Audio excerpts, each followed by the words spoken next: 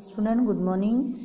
Today we start a new topic, that is the periodic train in the element properties. Okay, so let's see. In my previous video lecture we have seen that the periodicity मतलब के any properties of the element which are repeated after the fixed interval of time. और ये जो trend है, trend मतलब कि क्या होता है, regularity. It means that the regularity, तो जो रेगुलरिटीज़ होती है एलिमेंट के प्रॉपर्टीज़ में, वही हम लोग देखेंगे.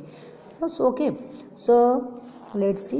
The original structure of the periodic table was based on the empirical observed periodicity in the elemental property. Thus the elemental properties shown the similarities in a groups and gradually variation across a period. यहाँ पे क्या कहा जाता है कि periodicity जो होती है, मतलब कि प्रॉपर्टी जो सिमिलैरिटीज़ वो कैसे आती है, तो ग्रुप्स के केस में सिमिलैरिटीज़ प्रेजेंट होती है और पीरियड के केस में वेरिएशन रहती है. ये कौन बताता है, तो ये आपको क्वांटम मैकेनिज्म जो होता है, according to the quantum mechanism model के हिसाब से उनका कहना है कि सिमिलैरिटीज़ जो है वो ग्रुप में प्रेजेंट है और वेरिएशन जो है वो पीरियड में प्रेजेंट है. ओके, आगे देखते हैं हम लोग आगे वाले टॉपिक को.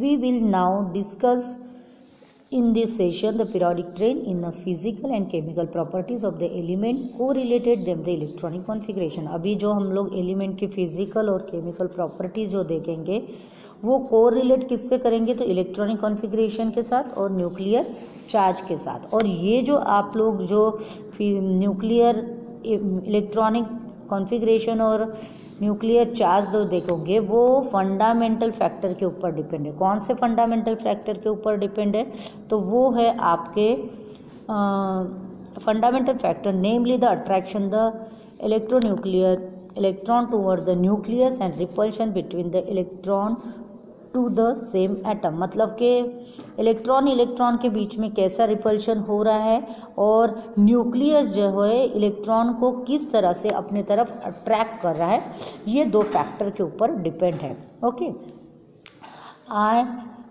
these attraction and repulsion force operate the simultaneously in a atom. मतलब कि यहाँ पे अट्रैक्शन जो भी हो रहा है और रिपल्शन जो भी हो रहा है ये साइमल्टेनियसली हो रहा है.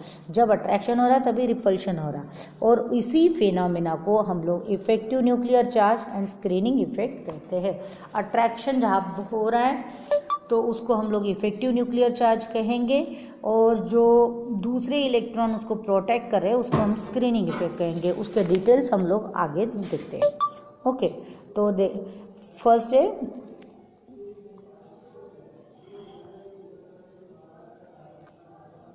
Effective nuclear charge. Effective nuclear charge क्या कहता है वो देखते हैं. तो इफेक्टिव न्यूक्लियर चार्ज हमको कहता है in a multi electron atom the positively charge electron attracted to the nuclear charge electron around it. अब आपको पता है कि ये आपका एक न्यूक्लियस है और न्यूक्लियस के पास एक चार्ज होता है. न्यूक्लियस के पास क्या प्रेजेंट होता है, प्रोटॉन प्रेजेंट होता है, न्यूट्रॉन प्रेजेंट होता है. प्रोटॉन के पास क्या चार्ज होता है, पॉजिटिवली चार्ज होता है.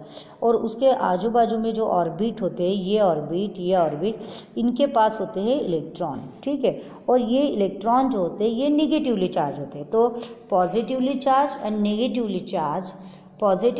और निगेटिवली चार्ज के बीच में क्या होता है, तो एक तरह का अट्रैक्शन प्रेजेंट होता है. इवन दो अगर हम लोग यहाँ पे ये भी इलेक्ट्रॉन है, ये भी इलेक्ट्रॉन है, दोनों इलेक्ट्रॉन है, ये दोनों इलेक्ट्रॉन के पास क्या है, निगेटिवली चार्ज है. तो निगेटिवली चार्ज और निगेटिवली चार्ज के बीच में क्या प्रेजेंट होता है, तो रिपल्शन प्रेजेंट होता है. The repulsion among the negatively charge extra nuclear electron. The repulsion by the inertial electron in a particularly important.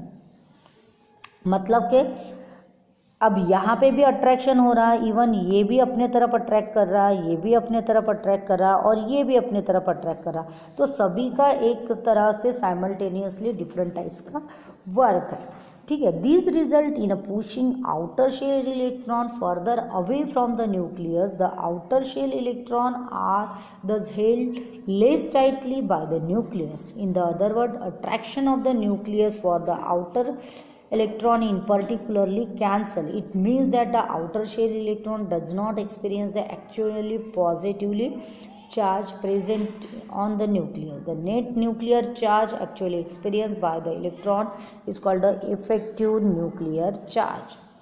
अब हम लोग जेड इफेक्ट किसको कहते हैं वो हम लोग देखेंगे। तो इफेक्टिव न्यूक्लियर चार्ज मतलब ये आपका जेड इफेक्ट है। अब हमको ये जेड इफेक्ट देखना है कि किस तरह से होता है। अब आपको यहाँ पे एक न्यूक्लियस है और यहाँ पे आपके पास आउटर शेल में क्या है, इलेक्ट्रॉन है। तो इनके पास जो चार्ज होता है उसी को हम लोग क्या कहते हैं, तो न्यूक्लियर चार्ज कहते हैं। न्यूक्लियर चार्ज कहते हैं इसको, हम लोग न्यूक्लियर चार्ज कहते हैं। और इलेक्ट्रॉन के बीच में क्या होता है, तो रिपल्शन होता है। अगर सपोज समझ लो यहाँ पे ये इलेक्ट्रॉन इसको अट्रैक्ट कर रहा है, लेकिन ये जो आपका दूसरा इलेक्ट्रॉन है ये इसको बाहर वाले इलेक्ट्रॉन को अट्रैक्ट करने में क्या कर रहा है, तो रोक रहा है। मतलब कि इसका जो इफेक्टिव चार्ज को कम कर रहा है। समझ में आ रहा? तो उस चार्ज को कम करते हुए न्यूक्लियस इस इलेक्ट्रॉन को अपने तरफ अट्रैक्ट कर रहा है।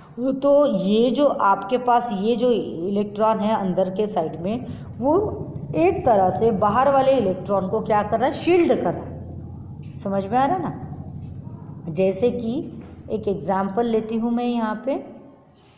एक ये है व्यक्ति और एक दूसरा व्यक्ति, और यहाँ पे एक रखा है, एक दीवार है। तो ये दीवार क्या कर रही है, शील्ड करने का काम कर रही है। ये जो व्यक्ति है इसको अपने तरफ अट्रैक्ट करने की काम कर रहा है, ठीक है।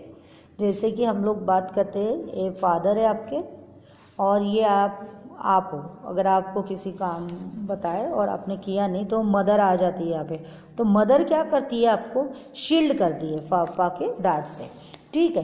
तो ये बीच वाले जो मदर का फंक्शन क्या है यहाँ पे, शील्ड करने का, मतलब कि स्क्रीनिंग इफेक्ट का काम कर रही है। तो सो दैट अगर मैं यहाँ पे इलेक्ट्रॉन देखती हूँ ये वाले केस में, तो ये आउटर इलेक्ट्रॉन और ये वाला इलेक्ट्रॉन मतलब कि क्या है, ये आपका स्क्रीनिंग इफेक्ट है और शील्डिंग इफेक्ट है। और इसके पास जो चार्ज है वो क्या है, आपका इफेक्टिव न्यूक्लियर चार्ज है। अब ये इफेक्टिव न्यूक्लियर चार्ज कितना है वो आप लोगों को कैसे निकाला जाएगा, तो वो आपको यहाँ पे बताया।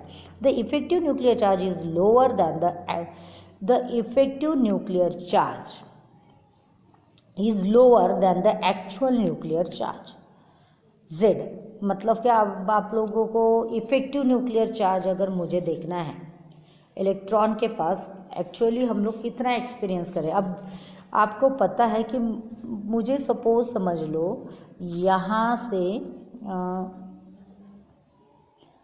सपोज समझ लो ये इलेक्ट्रॉन है और यहाँ पे आपके इलेक्ट्रॉन है, ठीक है।